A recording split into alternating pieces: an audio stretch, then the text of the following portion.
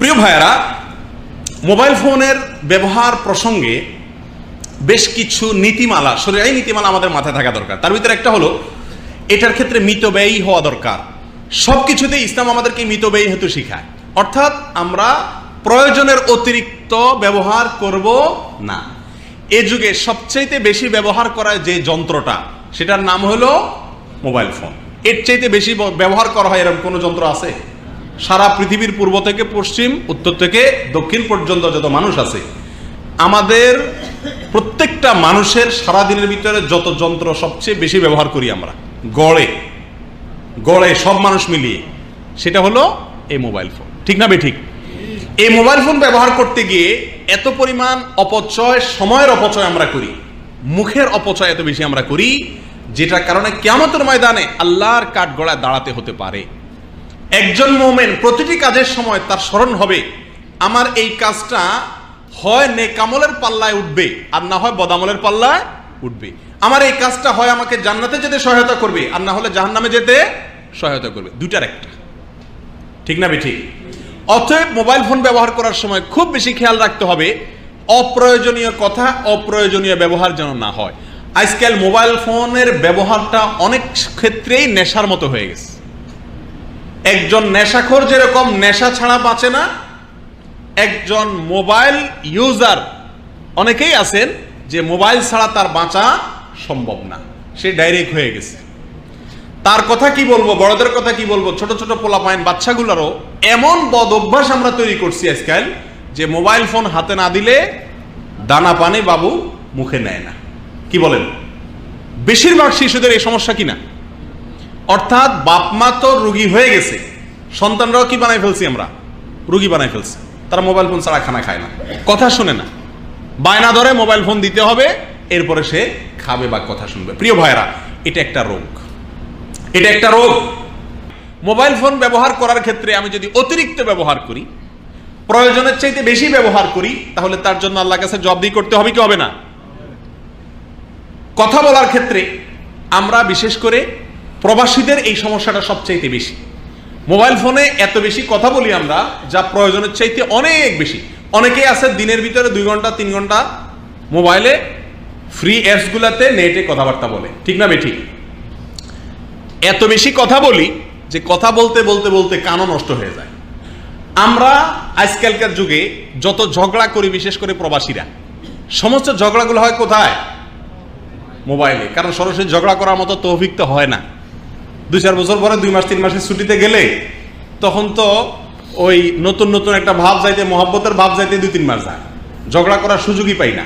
এই জন্য ঝগড়াগুলো সব জমা রাখি, এগুলো সবগুলা ঝাড়ি কি দিয়া? মোবাইল ফোন দিয়া। আর এটার অন্যতম কারণ হলো অতিরিক্ত কথাবার্তা বলা, অতিরিক্ত কল করা, বিনা প্রয়োজনে ঘন্টাকে ঘন্টা বক বক বক বক করতে থাকা। এগুলো সবগুলো আমাদের পারিবারিক সম্পর্কগুলোকে ধ্বংসের দিকে ডেকে নিয়ে যায়। প্রিয় ভাইরা, আজ থেকে 20 বছর আগে যারা প্রবাসী ছিল, তারা ওই ক্যাসেটে রেকর্ড করে ফিতা পাঠাই দিত দেশে।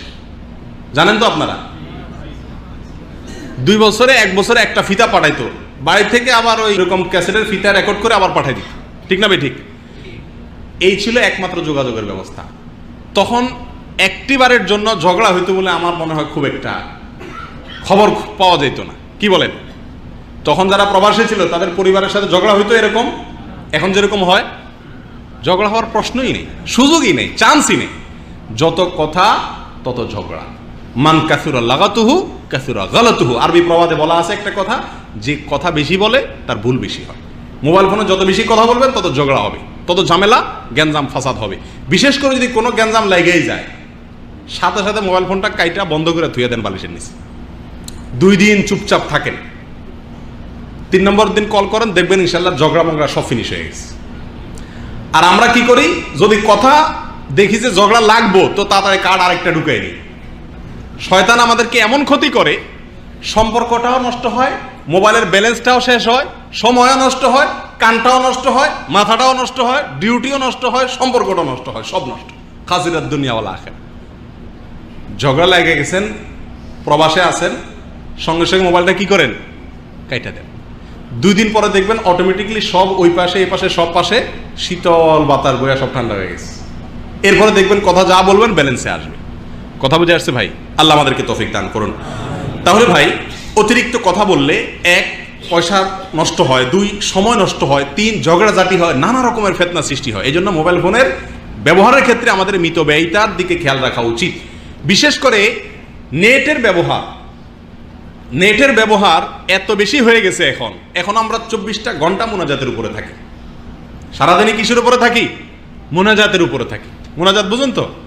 এই যে এলো মুনাজাত, মোবাইলে, ফেসবুকে, ইমোতে, হোয়াটসঅ্যাপে 2 হাতে ধরলে এরকম মুনাজাতের মতো হয় না? সারা দিন, রাত দিন, 24 ঘন্টা। আল্লাহ মাফ করো, এর জন্য আল্লাহর কাছে জবাব দিতে হবে কি হবে না? কিয়ামতের ময়দানে আল্লাহর কাছে মানুষের কয়েকটা প্রশ্ন উত্তর দেওয়া ছাড়া কদম নাড়ানোর সুযোগ থাকবে না। তার ভিতরে একটা হলো আন উমরিহি ফিমা আফনা, জীবনটা কিভাবে কাটাইছে। আজকের যুগে আপনি সারাদিনের ভিতরে কত ঘন্টা মোবাইল হাতে রাখেন হিসাব করে দেখেন, দিন শেষে বিশাল একটা পরিমাণ সময় আমাদের মোবাইল হাতে চলে যায়। আল্লাহ তাআলা আমাদেরকে মিতব্যয়িতার পথটাকে গ্রহণ করার তৌফিক দান করুন। প্রিয় ভাইয়েরা, মোবাইল ফোনে কথা বলার ক্ষেত্রে আরো কিছু ভুল ত্রুটি আমাদের হয়। তার ভিতরে একটা হলো, অনেক সময় আমরা কল করে অপর প্রান্তের লোককে পরিচয় দিনে আসসালামু আলাইকুম বা হ্যালো বলি। তো আপনি যে পরিচয় দেন না, সেই বেচারা হয়তো আপনারা চিনল না, তখন জিজ্ঞেস করলো ভাই কে বলছেন, তখন আমরা অনেক সময় রাগ হয়ে যাই। ও নাম্বারটাও সেভ করেন না, আপনি চিনেন না, ভুলে গেছেন। এরকম হয় কি হয় না? এই কাজটা একটা অন্যায় কাজ, এটা একটা ভুল কাজ। সুন্নাত হলো, সাক্ষাতের সুন্নাত হলো, কারোর বাসা বাড়িতে গেলে সে যদি আপনার আড়ালে থাকে, আপনি যে বাইরে থাকেন, সুন্নাত হলো নিজের নাম বলে আগে পরিচয় দেওয়া। কি দেওয়া ভাই? নিজের নাম বলে আগে পরিচয় দেওয়া। সহিহ বুখারী এবং মুসলিমের হাদিসে আসছে, নবী করিম সাল্লাল্লাহু আলাইহি সাল্লামের কাছে এক সাহাবী আসছেন, এসে দরজা নক করছেন। নবী সাল্লাল্লাহু আলাইহি সাল্লাম ভিতর থেকে বললেন কে? সাহাবী বাইরে থেকে বললেন আমি। নবী সাল্লাল্লাহু আলাইহি সাল্লাম বাইরে থেকে বাইর হয়ে এসে রাগান্বিত হয়ে বললেন আনা আনা, আমি কি? মানে নাম বলে পরিচয় দাও, আমি, এটা কোনো পরিচয় না। অতএব মোবাইল ফোনে যখন আমরা একে অন্যকে কল করি, কেমন যেন তার বাড়িতে যাই, আমি বাইরে আছি, সে আমাকে দেখছে না, এরকম। এই জন্য কল করে সর্বপ্রথম তাকে পরিচয় দেওয়া উচিত, ভাই আমি অমুক বলছি। কথা বুঝে আসছে? সে আপনার নম্বর সেভ করলো না কেন, সে আপনার গলার আওয়াজ চিনল না কেন, এই জন্য আপনি তারে এক হাত নিয়ে নিলেন। এটা কোনো ইসলামী শিষ্টাচার হতে পারে না, এর কোনো মুসলমানের আদর্শ না। মুসলমান আদর্শ হলো ফোন করে অপরিচিত লোক বা যিনি চিনতে পারেন, নাও চিনতে পারেন, এরকম লোক যদি হয়, তাহলে সেক্ষেত্রে সর্বপ্রথম নিজের পরিচয় দিবে, ভাই আমি অমুক বলতেছি, সালাম দিয়ে পরিচয় দিবে। কথা বুঝে আসছে ভাই? কাউকে কষ্ট দেওয়া যাবে না, ডিস্টার্ব করা যাবে না এবং বিরক্ত করা যাবে, এটা সুন্নতের খেলাফ না। মোবাইল ফোনের ব্যবহারের ক্ষেত্রে আমাদের আরেকটা বিষয় হলো, অনেক সময় যাকে আমরা কল দেই তার সময় সুযোগের দিকে খেয়াল করি না। অনেকে আছে যাকে ফোন দিছি বেচারা ধরতে পারলো না, তো আপনি কল দিতেই আছেন 2 বার 4 বার 5 বার 7 বার 10 বার, অপর প্রান্ত থেকে কেটে দেয়, আপনি আবার কল দেন, আবার কেটে দেয়, আবার কল দেন। এই ঘটনাগুলো ঘটে কি ঘটে না? এটা আরেকটা অন্যায় কাজ, এটা আরেকটা অন্যায় কাজ। আল্লাহ সুবহানাহু ওয়া তাআলা কোরআনে কারীমের ভিতরে কারোর বাসায় প্রবেশ করতে গেলে অনুমতি নিয়ে প্রবেশ করতে বলেছেন, এবং কি এটাও বলে দিয়েছেন যদি তোমাকে অনুমতি দেওয়া না হয় ফিরে আসো। যদি অনুমতি দেওয়া না হয় ফিরে আসো, তার ভিতরেই তোমাদের জন্য কল্যাণ। তো মোবাইল ফোনে কল করা মানে হলো কেমন যেন কারো বাসা যাওয়ার মতোই। সে যদি আপনার ফোনটা রিসিভ না করে, তার মানে সে রিসিভ করার মতো অবস্থাতে নাই। সে মসজিদে আছে, কোনো মিটিংয়ে আছে, কোনো জরুরি কাজে আছে, টয়লেটে আছে, এমন কোনো পরিস্থিতিতে আছে, ঘুমে আছে, যে এখন সে মোবাইল ফোন রিসিভ করতে পারতেছে না। কিন্তু আপনি কি করতেছেন? একবার রিং হইতে হইতে শেষ হয়ে গেল, আপনি আবার দিলেন, আবার শেষ হলো, আবার দিলেন। এভাবে বারবার কল করা, এটা একজন মুমিনের জন্য উচিত নয়, এটা সুন্নতের খেলাফ। বরং আপনি কল দিয়েছেন, ধরে নাই, একবার জায়গা বড় জোর 2 বার দিতে পারেন, এরপরে আপনি ক্ষান্ত হয়ে যান। অপর প্রান্তের লোকটারও উচিত তিনি যখন সময় পাবেন সময় করে তিনি কল ব্যাক করবেন, অথবা মেসেজ দিবেন বা জানাবেন, বা আমি এই সমস্যার কারণে ধরতে পারি না, কি সমস্যা। কথা বুঝে আসছে? আমরা হয়তো মনে করি যে এই জিনিসগুলো তো এত বড় বিষয় না, কিন্তু এগুলো অনেক বড় বিষয়। কোনো কোনো ক্ষেত্রে আপনার কারণে যদি তার ডিস্টার্ব হয়, ঘুম ভাঙে, তাহলে এটা গুনাহ হবে কি হবে না? লোকটার কাঁচা ঘুম ভেঙে দিলেন আপনি কল দিয়া, ঘুম ভাঙায় বলতেছেন ভাই কেমন আছেন, খাওয়া দাওয়া হয়েছে নি, আপনার এই খাজুরিয়া আলাপ শোনার জন্য বেচারার ঘুমটা ভাঙায় দিলেন, গুনাহ হবে কি হবে না? মোবাইল ফোনে এত পরিমাণ গুনাহ স্কেল হয়ে থাকে যেগুলোকে আমরা গুনাহ বা অপরাধ বলে মনেই করি না। আল্লাহ আমাদেরকে হেফাজত করুন। এজন্য ভাই অতিরিক্ত কল দিয়ে কাউকে কি করা যাবে না, বিরক্ত করা যাবে না।